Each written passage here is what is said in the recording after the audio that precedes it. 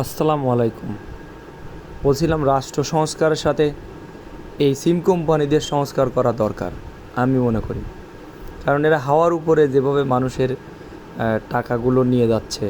এই দেখেন 200 জিবি 30 দিন মেয়াদ, আবার দেখেন 20 জিবি 3 দিন মেয়াদ 129 টাকা, 5 জিবি 7 দিন মেয়াদ।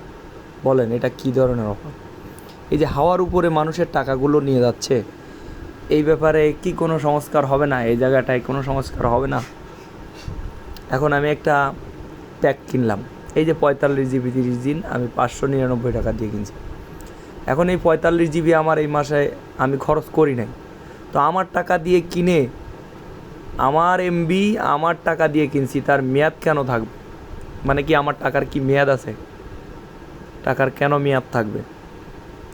আমার প্রশ্ন হচ্ছে এই জায়গায়।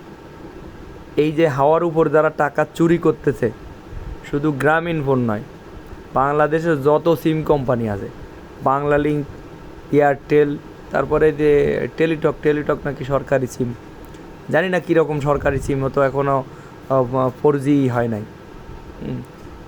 তো যাই হোক, এই ব্যাপারে আসলে আমার মনে হয় যে এই যে নতুন দলের প্রধান যিনি হয়েছে নাহিদ ইসলাম, শুভকামনা রইল তাদের নতুন দলের জন্য, কিন্তু তিনি ক্ষমতায় থাকাকালীন এই জায়গাটা তিনি সংস্কার করে যাইতেন, বা না পারতেন যে এই লোকগুলারে, এই সিম কোম্পানির লোকদের ডাকতেন, একটা কনফারেন্স করতেন যে আপনারা এইভাবে টাকা নিচ্ছেন জনগণের টাকা।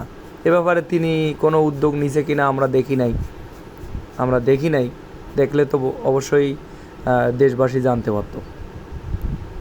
তো এই যে গ্রামীণ টেলিকমের সাথে আসলে আমাদের প্রধান উপদেষ্টা ডক্টর মোহাম্মদ ইউনূসের কোনো সম্পর্ক আছে?